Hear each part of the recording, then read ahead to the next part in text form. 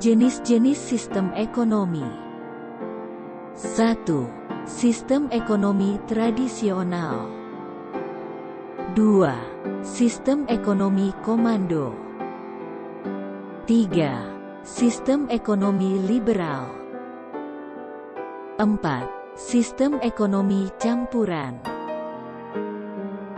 5. Sistem ekonomi kerakyatan. 1. Sistem ekonomi tradisional.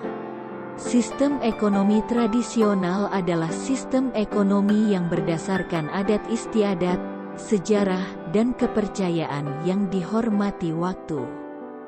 Ciri-ciri sistem ekonomi tradisional merupakan salah satu dari sistem ekonomi.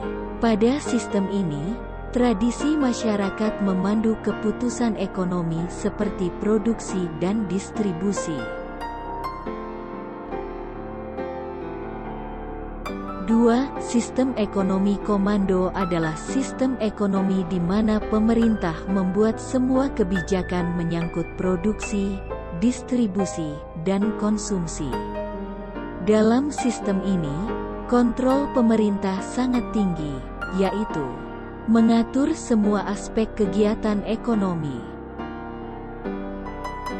3. Sistem ekonomi liberal adalah sistem ekonomi yang memberikan kebebasan pada masyarakat dalam melakukan kegiatan ekonomi.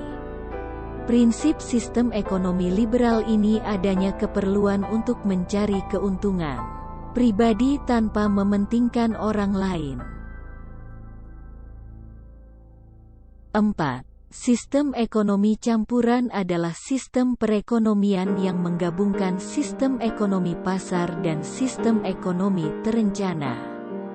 Dalam sistem ekonomi campuran, pemerintah turut serta dalam pengelolaan ekonomi melalui penguasaan barang modal, sumber daya, pembuatan kebijakan ekonomi dan pengawasan sektor swasta.